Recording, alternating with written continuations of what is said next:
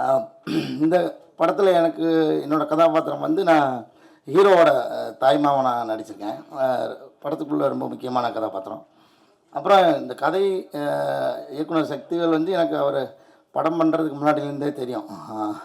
ஒரு படம் வந்து ஆக்சுவலாக டிஸ்ட்ரிபியூஷனுக்கு ஒர்க் பண்ணியிருந்தார். அப்போ இருந்து எனக்கு அவரை தெரியும். அதனால் எல்லா படத்துலையுமே கூப்பிடுவாரு. பயணிகள் கவனிக்கும்லேயும் ஒரு ஒரு ரோல் கூப்பிட்டுருந்தாரு. அப்போ வந்து சூழ்நிலையால் அது பண்ண முடியல. இதில் வந்து முக்கியமான ஒரு ரோல் அவரோட ஒர்க் பண்ணதில் எனக்கு ரொம்ப மகிழ்ச்சி. இந்த கண்டென்ட்டுக்குள்ளே இருக்கிறது எனக்கு நிறைய ரிலேட் பண்ணிக்க முடியாத நிறைய சம்பவம் இருக்குது. அதெல்லாம் வெளியில் சொல்லலாமா இல்லையான்னு ரொம்ப நாளாக ஒரு யோசனை. ஏன்னா இது மிஸ்கின் சாரே பேசும்போது நிறையா கொஞ்சம் இது மனிதர்கள் அப்படிலாம் மாற்றி பேச வேண்டிய சூழ்நிலை இருக்குது. ஏன்னா நமக்கு அந்த டேம் வந்து கரெக்டாக இல்லையான்னு இன்னும் புரியல வேறு.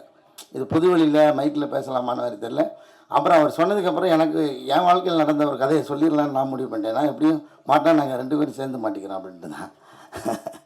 ஏன்னா அவருக்கு நடந்த மாதிரி என் வாழ்க்கையில் நடந்தா சின்ன பையன். எங்கள் ஊரில் ஒரு நாய் இருந்தது. எனக்கு அப்படி சொல்லி தான் பழக்கம். ஆனால் அதுக்கு ஒரு பேர் வச்சுருந்தேன், கருப்பு. அதுக்கு பேர் அது ஃபுல் பிளாக்கில் இருக்கும். இருட்டிலலாம் இருந்தால் தெரியவே தெரியாது.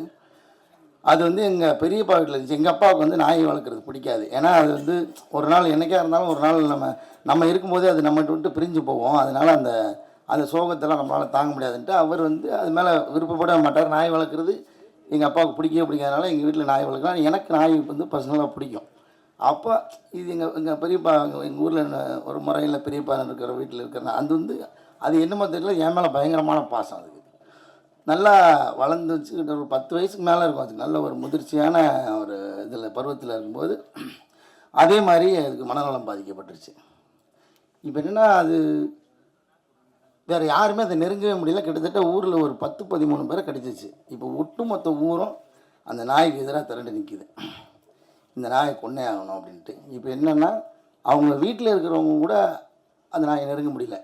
ஏன்னா கடிக்க வருது, யார் போனாலும் கடிக்க வருது. இப்போ அவங்க வீட்டில் ஒப்புதல் வாங்கிட்டாங்க. சரி, இதை நாங்கள் வந்து இதான் என்ன சொல்கிறது, மக்களை காப்பாற்றுறதுக்காக இதை கொல்ல போகிறோம் அப்படின்ற ஒரு முடிவுக்கு வந்துட்டாங்க. ஏன்னா அப்போல்லாம் வேறு இந்த மாதிரி ஊசி போட்டு அந்த மாதிரி ட்ரீட்மெண்ட் பண்ணுறதுக்கெல்லாம் அப்போல்லாம் இல்லை. எங்கள் ஊரில் கிராமத்துலலாம் அந்த வசதியெல்லாம் இல்லை. நான் ரொம்ப இப்போ ஒரு 10, 12 வயசில் இருக்கும்போது. அப்போது என்னை மட்டும் அது கடிக்கவே இல்லை. என்னை மட்டும் அது ஃப்ரெண்ட்லியாகவே வச்சுருக்கேன். எனக்கு அது புரியவே இல்லை. இப்போ என்னென்னா மொத்த ஊரும் சேர்ந்துக்கிட்டு என் மேலே ஒரு கோரிக்கை வைக்குது. கோரிக்கைன்ற ஒரு நிர்பந்தம்.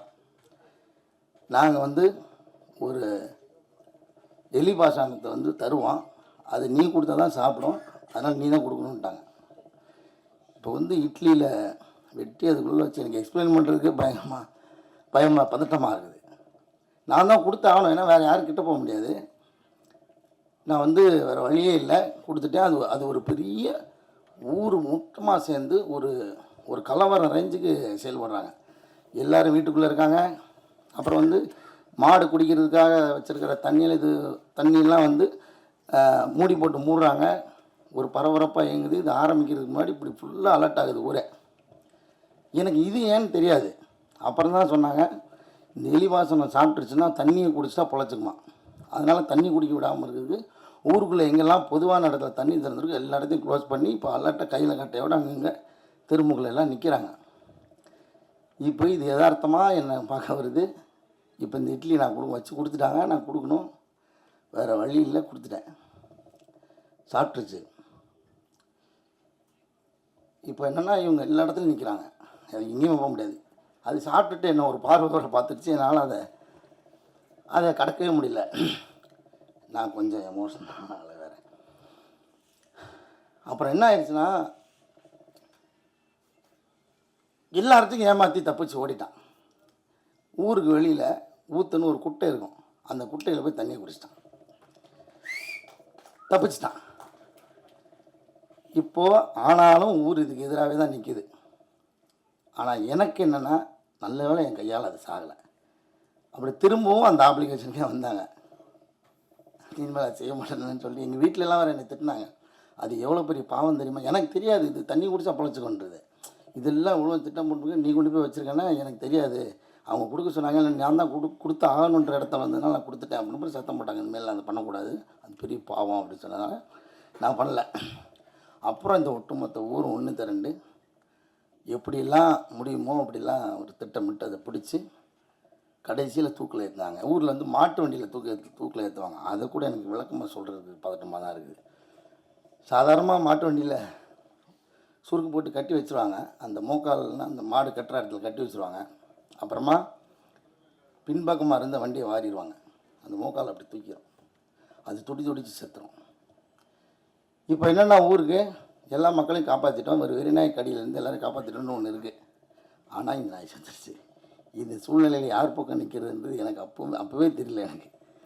அது மாதிரி இந்த படத்துக்குள்ள ஒரு பதட்டம். நான் நடித்த போதுலாம் பெருசாக இதுக்குள்ளே எனக்கு கதை தெரியும், எனக்கு தான் விஷுவல். நான் படம் ஃபுல்லாக பார்த்துட்டேன். அப்புறம் பார்த்தோன்னே எனக்கு அந்த பதட்டம் அதுக்குள்ளே தொட்டிருச்சு எனக்கு. அது மாதிரி நிறைய பேருக்கு அனுபவம் இருக்குன்னு நினைக்கிறேன். இன்னும் நிறையா பேசணும் நாங்கள். அப்புறம் ரொம்ப சீரியஸாக போய்ட்டு கேரளாவில் ஷூட்டிங்லாம் நடக்கும்போது ரொம்ப ஜாலியாக இருக்கும். வெளியில் அதாவது ஷூட் முடித்ததுக்கப்புறம் ஹோட்டல் ரூமுக்கெலாம் வந்துட்டு ஒரு நாள் வந்து எல்லோரும் கதவை சாத்திட்டு பிரியாணி பண்ணோம். வேறு ஒன்றும் இல்லை. ஏன்னா ஒரு 10-15 நாள் ஆச்சு நமக்கு இந்த ஒரு சாப்பாட்டு பிரியாணி. நான் எப்போ என் வண்டியில் கிச்சன் வந்து காரில் டிக்கியில் இருக்கும். எல்லாமே ஒரு மினிமைஸாக அப்படி வச்சுருப்பேன். ஆனால் ஒரு குக்கர் மட்டும் பெருசாக இருக்கும். ஒரு 10 பேர் வந்தால் சேர்ந்து சாப்பிட்ற மாதிரி. அந்த மாதிரியான ஒரு குக்கரை அந்த ஹோட்டலுக்காரங்களுக்கே தெரியாமல் கடத்தி கொண்டு போய் உள்ளே வச்சு கதவை சாத்திட்டு முழு பிரியாணி உள்ளே வச்சு செஞ்சுட்டு திருப்தியாக அன்றைக்கி நைட்டு சாப்பிட்டோம். ஸோ அந்த மாதிரியான நிறைய அனுபவம் இருக்குது படத்துக்குள்ளே வேலை செய்யும்போது இருந்த அனுபவம். எல்லாருக்குமே ரொம்ப நன்றி. இன்னும் நிறைய பேசுகிறதுக்கு இருந்துச்சு, ஆனாலும் எனக்கு டைம் இல்லை. ரொம்ப நன்றி. எல்லாருக்கும் தனித்தனியாக பேர் சொல்கிறதுக்கும் எனக்கு நேரம் இல்லை. ரொம்ப நன்றி. அந்த போஸ்டரை பார்க்கும்போது அங்கே ஒரு 5-6 மனிதர்களும் இங்கே ஒரு 7-8 நிஜ மனிதர்களும் இருந்ததை பார்த்தேன். ஆக்சுவலாக அந்த நிஜ மனிதர்களுக்காக ஒரு கிளாப் பண்ணுவோம். ஏன்னா அந்த ஒரு மேடையில் போய் என்ன பேசுறது அப்படின்றது வந்து பெரிய குழப்பம். ஆக்சுவலாக அது எப்படி ஆரம்பிக்குன்னு நினைத்தல. அப்போ பார்க்கும்போது நான் உத்து பார்க்கும்போது இந்த கண்கள்லையும் அந்த கண்கள்லையும் ஒரு டிஃப்ரென்ஸ் பார்த்தேன். அந்த கண்களில் ஒருத்தன் வந்து ஒரு ப்ரொடியூசர் பெரிய ஹீரோ ஆகணும் அப்படின்ற மாதிரி ஒரு கனவு இருக்குது. அங்கே ஒரு வில்லன் ஒருத்தர் இருக்காரு, மலையாளத்துல இருந்து வில்லனாகவே வந்த மாதிரி இருக்காரு. இந்த பாண்டியராஜன் படத்தில் நான் தான் வில்லனாக நடிக்க வேண்டியது. ஆக்சுவலாக அவர் நடிக்கிறாரு. அது மாதிரி நிறைய குழந்தைகள் நிறைய வந்து அவங்க கண்களில் வந்து ஏதோ ஒரு பரிதவிப்பும், ஏதோ ஒரு ஏதோ ஒன்று சம்திங் அப்படி ஒன்று இருக்கு. ஒரு நகரத்தை சார்ந்த நாகரிகத்தை சார்ந்த நிறைய விஷயங்கள் அந்த கண்களில் இருக்கு. அந்த கண்களை பார்க்கும்போது 3 விஷயம் தான் அதில் தெரியுது. ரேஜ் பார்த்தேன், அதாவது ப்ரைமல் எமோஷன், கோபம் கூட கிடையாது. Rage, it's called rage. நாய்களோட ரொம்ப பழகியிருக்கேன், நாய்களோடய வாழ்ந்திருக்கேன். இன்னைக்கு நாய் எல்லாமே இருக்கிறேன். நாய்கிட்ட இருந்து நிறைய கற்றுருக்கேன். நான் தனிமையில் சின்ன வயசில் நான் தனிமையில் இருக்கும்போது எனக்கு வந்து மணின்னு ஒரு நாய் எனக்கு ரொம்ப ரொம்ப ஆதர்சமானது. ஒரு வெள்ளை கலரில் பெருசாக இருக்கும், தலை பெருசாக. அந்த மாதிரி நான் இது வரைக்கும் நான் பார்த்ததே இல்லை. கிராமங்களில் மணி எல்லா நாய்களும் மணியாக தான் கூப்பிடுவாங்க. சொல்லப்போனால் எங்களை வழக்கம், அது வீட்டு பின்னாலே இருக்கும். அது பியூட்டிஃபுல். அப்போ அது வந்து எங்களை ப்ரொடெக்ட் பண்ணுற ஒரு தெய்வமாக தான் இருக்கும்.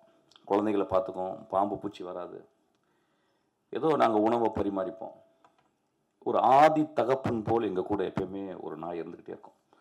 நல்ல ஞாபகம், ஒரு 5 வருஷம் கழிச்சு ஒரு நாள் காணோம். நான் தேடினேன் போயிட்டு, எங்கம்மான்னு கேட்டால் எங்கள் பாட்டி சொன்னாங்க வந்து இல்லை, அதுக்கு வந்து மனநிலை பாதிச்சிருச்சு, அதை கொண்டு போய் கொல்ல போகிறாங்க அப்படின்ட்டு. நான் ரொம்ப ஓடினேன். எங்கள் ஊரில் ஒருத்தர் அதை கொல்றதுக்கே ஒருத்தர் இருந்தார். அது கொல்லலை, அது கிட்டத்தட்ட ஒரு கருணை கொலை தான். ஒரு சாக்கில் அதை வந்து பிடிச்சி உள்ளே போட்டு ஒரு கொடப்பாறையினால் அடித்து அதை கொண்டார். என்னால் மறக்கவே முடியல. நான் அதில் வந்து பெட்டுங்களை நான் பக்கத்தில் போனதே கிடையாது. நான் என் அசிஸ்டன்ஸ்லாம் கேட்பேன். என் அசிஸ்டன்ஸில் 2 பேர் ரொம்ப பெட்டோட. வெங்கட்னு ஒரு அசிஸ்டன்ட் இருக்கான், ரொம்ப அறிவானவன். அவன் வந்து 2 நாய்களை அவன் வீட்டில் அதுக்கு ஒரு பெரிய பெட்டு மாதிரி 2 பெட்டு கொடுத்து அதை பற்றி பேசுகிறது தான் அவனுக்கு வேலை. அவன் வாழ்நாள் ஃபுல்லாக அந்த நாய்களை பற்றியே பேசிகிட்டு இருக்கான். அந்த 2 நாய்களும் என்னையும் தான் அவனுக்கு ரொம்ப பிடிக்கும்னு நினைக்கிறேன். ஆக்சுவலாக அப்போ அதை பற்றியே பேசியிருப்பேன். ரொம்ப ஆச்சரியமாக இருக்குது. என்னடா இப்போ என்ன பண்ணால் ஒரு படி மேலே போயிட்டு அதுக்கு கேமரா ஃபிக்ஸ் பண்ணி இப்போ நான் ரீரெக்கார்டிங் பண்ணும்போது அதை பார்த்துக்கிட்டே இருக்கான். நான் ரீரெக்கார்டிங் பண்ணுறது கூட பார்க்கல ஆக்சுவலாக. அப்போ எனக்கு ஒரு யோசனை, ஏன் இந்த இந்த இந்த குழந்தைகள் வந்து இந்த நாய் மேலே இவ்வளவு. நான் வரும்போது படித்தேன், எங்கே அந்த டாக் அப்படின்ற வார்த்தை எங்கேருந்து வந்து அதுக்கு வந்து அதுக்கு எங்கேருந்து வந்துச்சுன்னு தெரியல. அந்த எட்டிமாலஜிக்கலாக டோர்க்கா அப்படின்றாங்க. அந்த டோர்க்கான்ற வார்த்தை எப்படி வந்துச்சுன்னே தெரியல லாட்டினில். நான் யோசிச்சிட்டே வந்தேன், ஒரு எப்படி வந்திருக்கும் ஆதி மனிதன். கடவுளால் படைக்கப்படாத மனிதர்கள் சில பேர் வந்து டார்வின் விதிப்படி மரங்களிலிருந்து கீழே இறங்கி சவானில் நடக்கும்போது அவன் எல்லா மிருகங்களையும் கொன்னுட்டு அதை திங்கணும் அல்லது தன்னை பாதுகாக்கணும் தான் இருந்திருப்பான். புலி சிங்கங்களை திங்க முடியாது, ஓநாய்களை திங்க முடியாது. ஓநாயினுடைய இனம்தான் அது. ஓநாயினுடைய வழித்தோன்றல் தான் நாய்கள். நம்ம எல்லாருக்குமே தெரியும், அது பார்த்தவனே கேனைன் ஃபேமிலின்னு சொல்லுவாங்க ஆக்சுவலாக. அப்போ எப்படி அந்த மனிதன் வந்து அந்த காட்டை வந்து பயந்து பயந்து பயந்து ஒவ்வொரு அடியாக எடுத்து வைக்கும்போது பாம்பு இருக்கும், பூச்சி இருக்கும், உணவு தேடி போகணும், குழந்தைகளை பார்த்துக்கணும், தாய் தந்தையை பார்த்துக்கணும், இரவானா நெருப்புக்கு கட்டைகளை சேகரிக்கணும், நெருப்புக்கு கல்லை தேடணும்.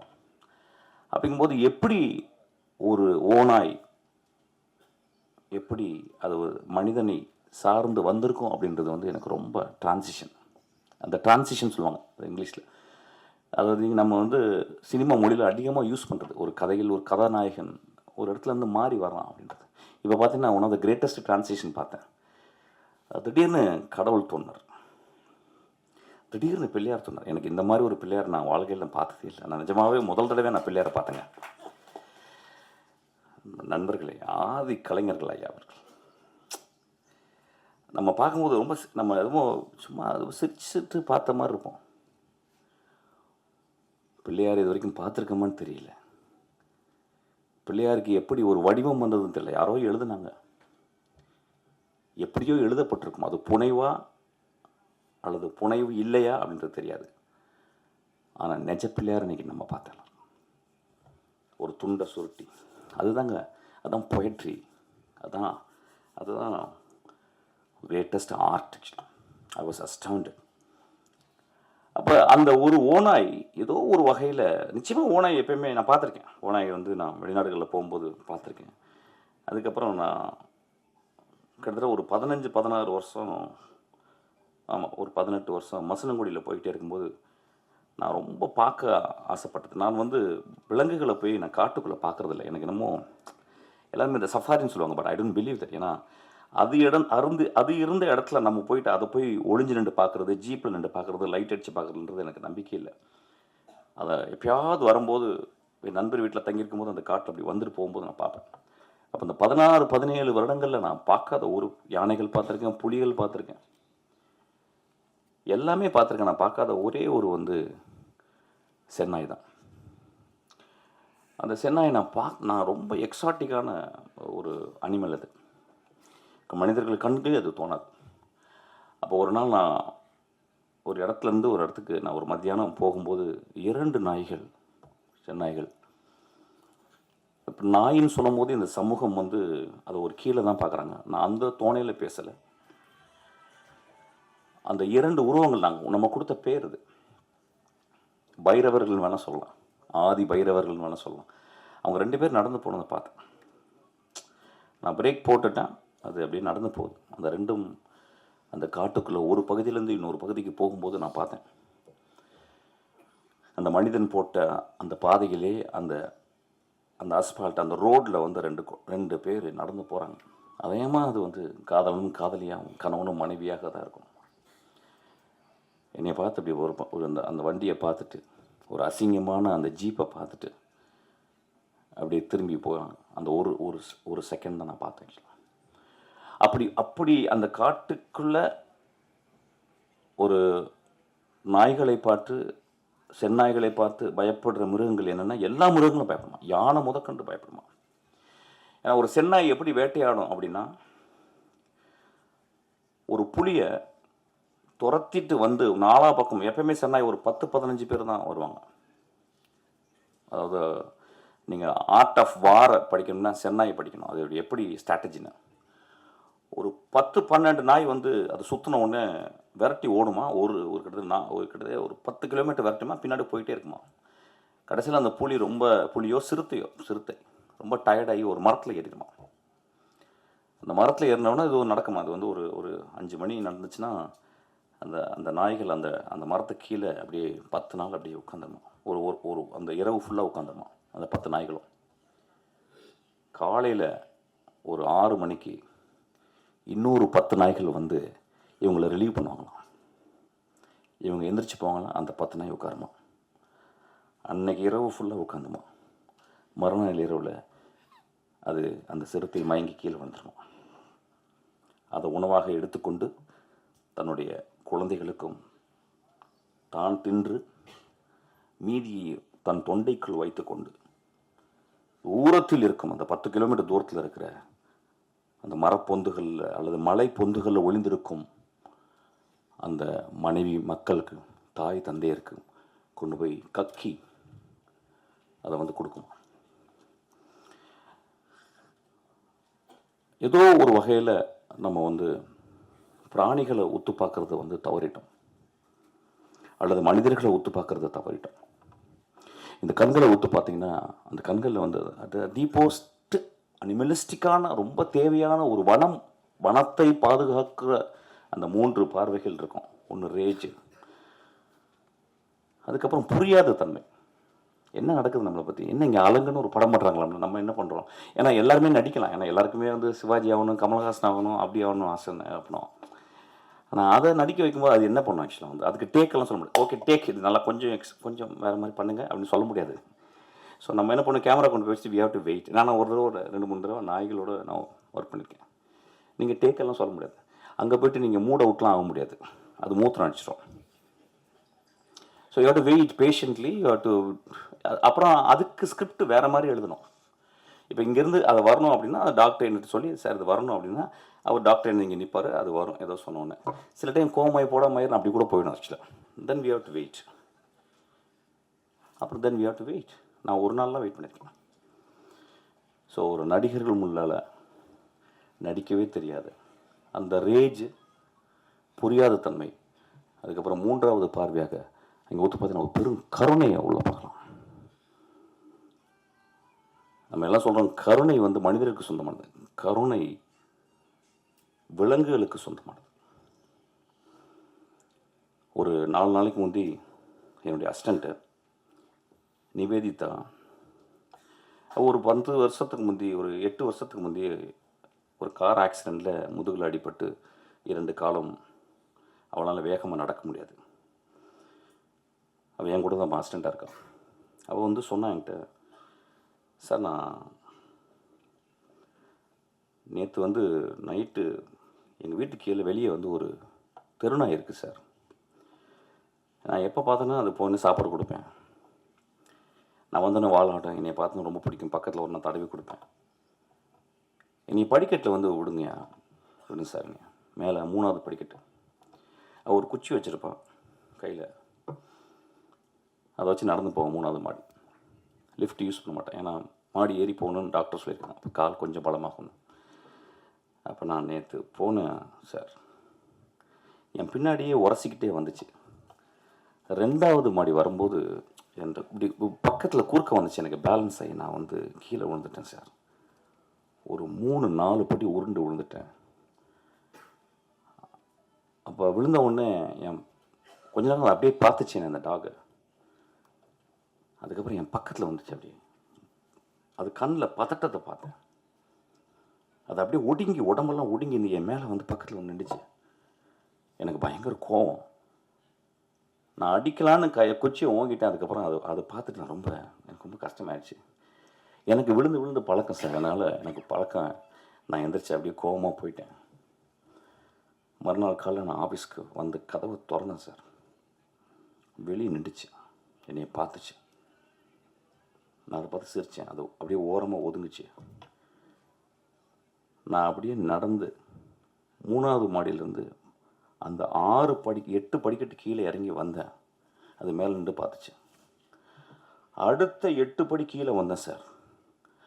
அது அந்த 8வது படியில் கீழே வந்து நின்று என்னை பார்த்துச்சு. அடுத்த 8வது படி வரும்போது அதுக்கப்புறம் 8 படியில் வந்து பார்த்துச்சு சார். அதுக்கப்புறம் நான் வீட்டுக்கு கீழே அந்த ரோட்டுக்கு வந்த மாதிரி என்னை தூரத்தில் நின்று பார்த்துச்சு சார். அந்த கண்களில் பெரிய சாரியும் பெரிய தாய்மையும் பெரும் கருணையும் இருந்துச்சு சார். சொன்னான்,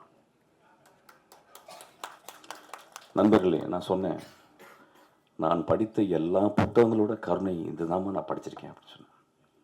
நான் படித்த எல்லா டால்ஸ்டாய் கதைகளையும் விட இந்த இந்த இந்த இந்த ஈவெண்ட் தான் எனக்கு பெருசாக பட்டுச்சு அப்படின்னா. இதை நான் பகிர்ந்துக்கிறதுக்கு தான் இன்றைக்கி நான் வந்தேன். ஆக்சுவலாக நான் வந்திருக்கவே மாட்டேன் ஆக்சுவலாக. ஏன்னா அந்த டாகை பற்றி ஏதோ ஒரு வகையில் நாங்கள் பேசும்போது, என்னோடய அசிஸ்டன்ஸ்லாம் பேசும்போது அதிகமாக நாங்கள் பேசுகிறது பேரன்பை பற்றியும் கருணைகளை பற்றி தான். அதை தவிர வேறு எதுவுமே பேசுறதில்ல. ஒருவேளை அவனுக்கு வந்து நாய்களை பற்றி சொல்லணும்னு ஆசைப்பட்டிருக்கான். படம் எப்படி இருக்குன்னு எனக்கு தெரியல. நிச்சயமாக அதில் ஒரு பெரும் கருணை இருக்குன்னு நினைக்கிறேன்.